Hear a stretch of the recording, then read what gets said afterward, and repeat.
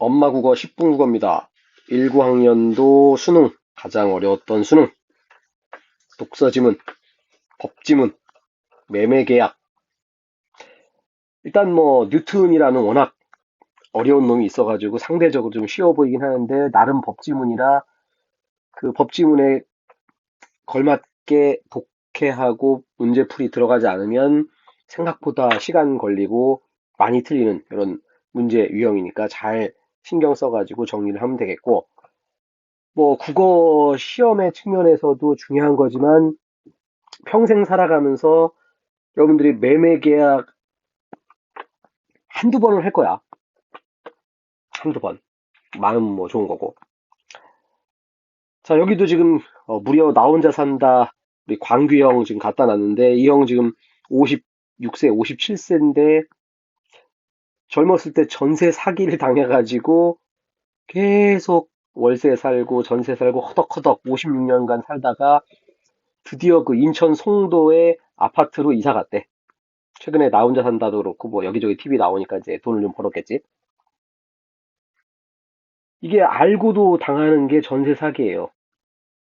그래서 오늘 배울 요 매매 계약이라는 게 요 전세 사기 여기하고 굉장히 연결되는, 보통 우리가 수능 시험에 보는 과목들 보면은 야 도대체 이거 왜 하냐, 특히 수학 같은 거 이게 적분해서 이거 평생 내가 써먹을 일이 있을까,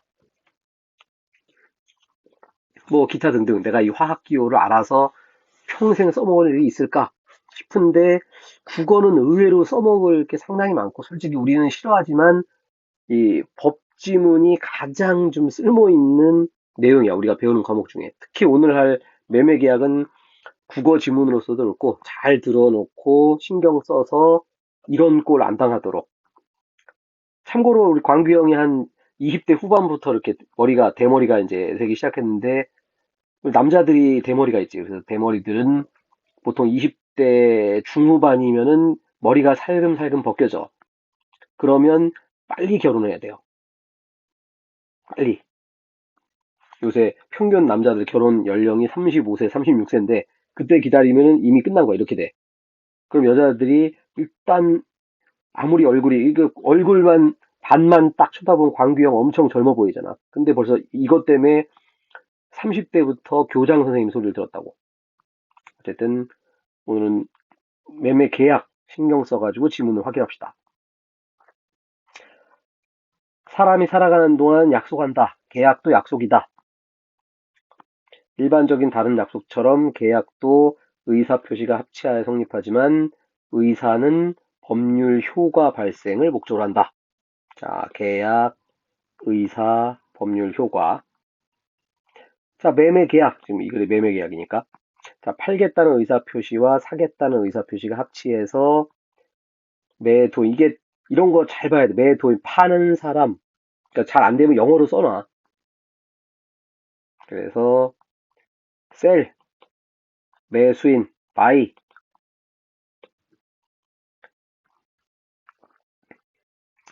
소유권을 이전해야 될 의무를 짐과, 그러니까 이 사람은 매 도인은 집 파는 사람이니까 소유권을 이전해줘야 되고, 매수인은 사는 사람이니까 돈 줘야 되고. 그래서 매매계약이라는 게 서로 권리를 행사하고 서로 의무를 이행하는 관계다. 이처럼 의사표시를 필수 요소로 해서 법률 효과를 발생시키는 거를 법률행위를 한다. 자, 계속 여러 번 강조했는데 법률 효과, 법률 행위 이런 식으로 똑같은 단어를 주고 뒤에 거 슬쩍슬쩍 다르게 만드는 요 작전이 우리 국어 영역에서 굉장히 답에서 잘 물어보는 요소.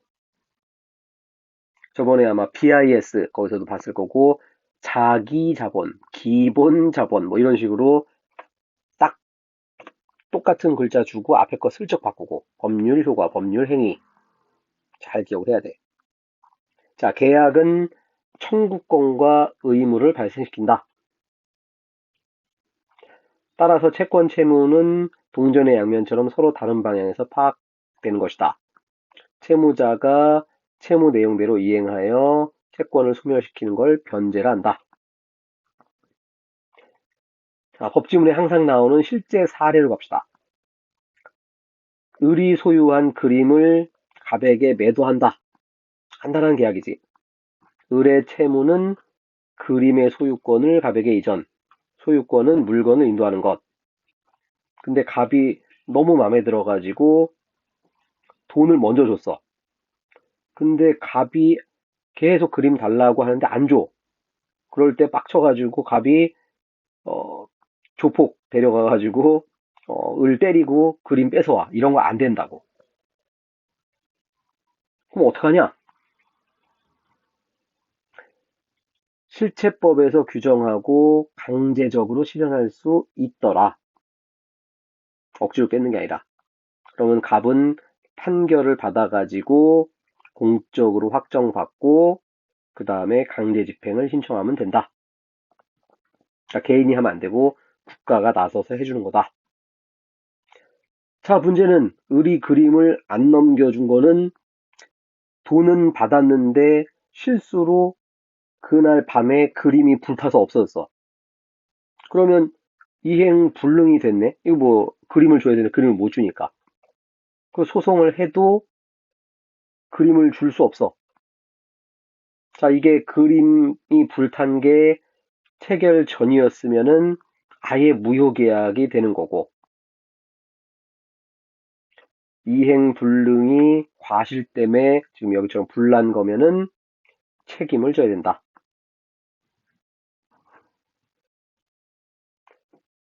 자, 이때 채무불이에는 의사표시가 작용한 것이 아니다.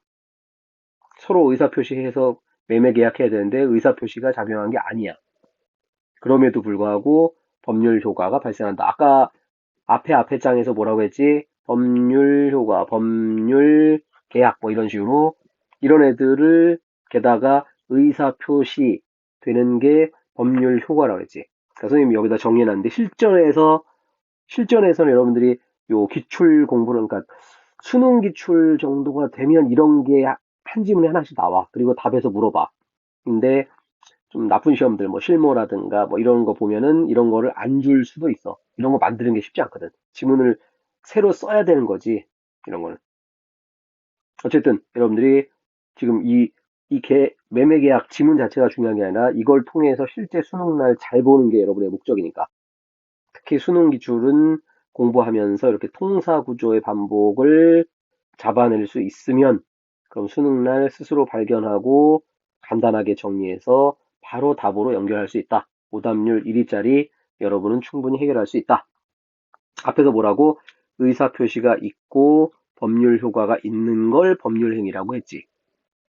자, 그런데 여기 왼쪽에 보니까 의사표시가 없었는데도 법률 효과가 생기더라. 언제? 채무 불이행일 때. 당연히 이런 통사 구조의 반복을 줬다는 건 답에서 묻겠다. 그 얘기라고. 그럼 갑은 어떻게 해야 돼? 계약 해제권을 행사하면 된다. 근데 계약 해제권은 갑의 의사표시만으로 성립한다. 을은 할 말이 없으니까. 그걸 단독행위라고 하더라. 자, 이제 계약은 해제했어. 그럼 그 채무는 이제 없었던 것이 되고, 양 당사자는 채무 이행할 필요가 없고, 근데 이미 이행된 것 있다면, 즉 돈을 줬다면 원래 상태로 돌려놔야지. 그게 원상회복 청구권이다. 그래서 갑의 채권은 결국 내 돈 내놔가 되더라. 됐지? 자, 그놈 가지고 문제 가봅시다. 위글 내용과 적절하지 않은 것은 아까도 앞에 보라고 똑같은 말 가지고 반복하는 법률 행위, 법률 효과 이런 애들 가지고 답을 준다. 신경 써라. 자, 근데 아까 법률 행위 없었을 때도 법률 효과가 있었지. 언제? 채무 불이행일 때. 역시나 핵심적인 통사 구조의 반복을 물어보는 문제. 기억은 을의 채무, 그림을 줘야 돼. 니은은 갑의 채권, 돈을 받아야 돼. 그냥 여기서 사실은 끝난 거지. 이거를 왔다 갔다 다 살펴보는 것보다 가장 계속 강조하지만 이네들의 주제 먼저 파악하고 가장 적절한 그냥 눈으로 쭉 살펴보고 기억은 그림인도 니은은 돈 받는 거. 끝. 나머지를 보면 오히려 더 헷갈리지.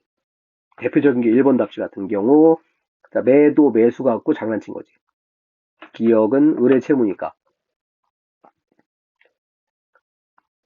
갑이 그림 내놔.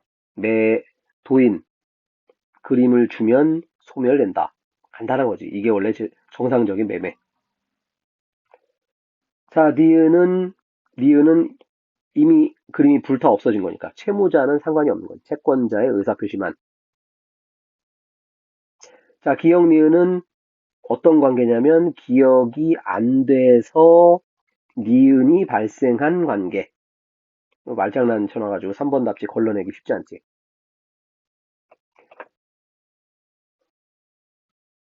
자, 기역 니은은 동일한 계약이 아니야, 이미. 얘는 매매 계약인 거고 얘는 청구권이고 아예 다른 계약이라고. 자, 결론 다시 한번 얘기하면 이런 문제를 빨리 풀려면 계속 그래서 가장 주제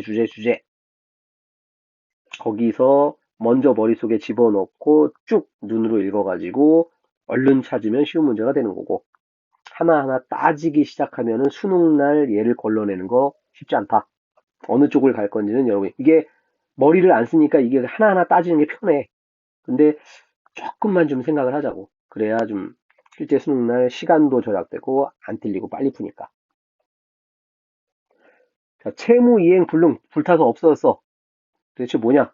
의뢰 과실로 이행 불능 계약 해제권. 역시 아까 17번 문제랑 똑같이 대단히 간단한 문제라고. 근데 이거를 또 이것저것 또 찾으려면 자, 갑은 소를 제기하여 매매 목적이 된 재산권. 재산권은 이미 안 된다 그랬지. 불타 없어진 거.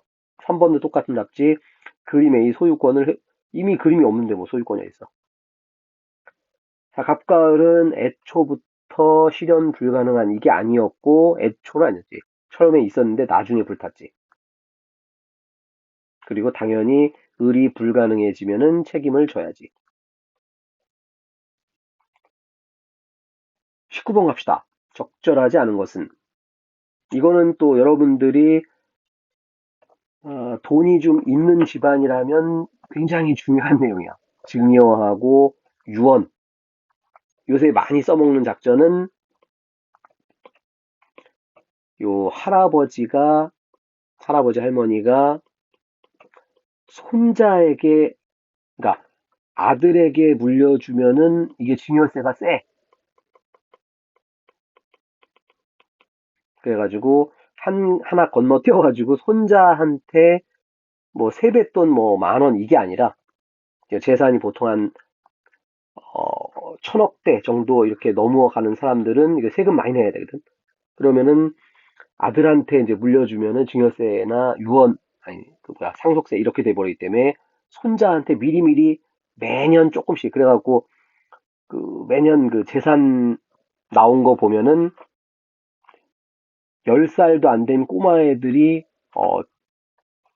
주식 증여받은 게 뭐 1,000억 어떤 애들은 뭐 1조 뭐 이런 애들이 다 삼성 손자 뭐 현대 손자 이런 애들이 이미 갖고 있는 선생님이 몸담았던 대성학원 같은 경우도 그 대성학원 주식 그 관계도 이거 보면은 여기는 이제 벌써 4세까지 내려왔지. 증손자까지. 원래 창업자 할아버지는 이제 죽었고.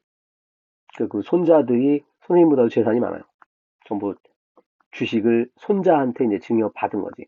그런 아름다운 방법들이 있다. 하여튼 돈 많은 사람들은 캐치를 잘해라. 어쨌든 증여는 증여자만 의무를 진다. 돈 너한테 주겠다. 그러면은 이 사람은 증여자는 채무를 이행해야 되는 거지. 그게 이제 3번 답하고 연결되는 거. 자, 증여는 변제 의무를 발생시키지 않는다. 돈 주겠다라고 했으니까 돈 줘야지. 의무가 있지. 매매는 매매는 당연히 양쪽 다 변제 의무가 있는 거고. 그냥 틀린 답지 3번. 자, 유언은 유언자의 의사표시만으로 요게 이제 포인트. 그러니까 물려받을 사람 내가 죽으면은 뭐 고양이에게 주겠다. 고양이가 의사표시를 할 수는 없지. 그냥 그 주려는 할머니만 의사표시하면은 법률 효과가 이루어진다. 그런 얘기야. 나머지는 밑줄 보면 쉬울 거고. 다음 장의 어휘 문제는 뭐 별로 어려운 거 아니었고 처리나 결과가 생기다, 나왔다. 간단하게 풀 수 있다.